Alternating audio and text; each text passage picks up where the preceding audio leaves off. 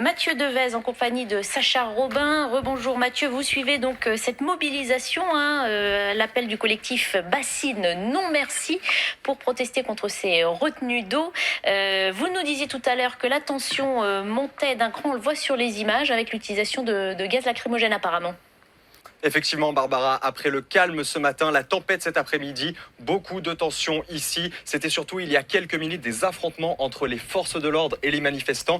Les manifestants ont lancé ce qu'ils appellent l'opération 1, 2, 3 Bassine. L'objectif, créer 3 cortèges bien distincts pour disperser au maximum les forces de l'ordre et arriver donc à ce projet de méga bassine qu'ils contestent. D'un côté, les forces de l'ordre avec leurs bombes lacrymogènes pour contenir dans ce champ où on se trouve avec Sacha Robin actuellement, contenir les manifestants, et de l'autre, des tirs de mortier d'artifice. C'est l'origine de ces tensions, de ces affrontements. Maintenant, il semblerait que les manifestants essayent de s'éparpiller au maximum pour essayer d'accéder à cette méga bassine.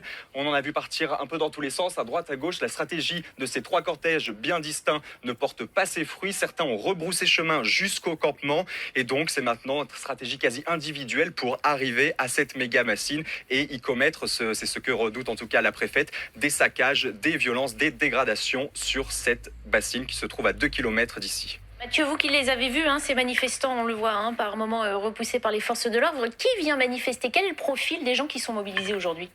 Alors des profils assez hétéroclites. Ce matin, il y avait beaucoup de retraités, des militants écologistes, des altermondialistes, des anticapitalistes. Et puis, on a observé dès ce matin des jeunes, quelques dizaines de jeunes. Maintenant, ils sont au sein des cortèges, des jeunes masqués, cagoulés, vêtus de noir, non reconnaissables. Et ce qui s'apparente à ce qu'on pourrait penser des black blocs, donc des profils ultra violents, des profils qui ont été repérés sur les réseaux sociaux. C'est ce que nous confiait tout à l'heure la préfète. Et c'est ces profils violents parmi les 4000, 5000 manifestants qui sont redoutés bien sûr par les forces de l'ordre.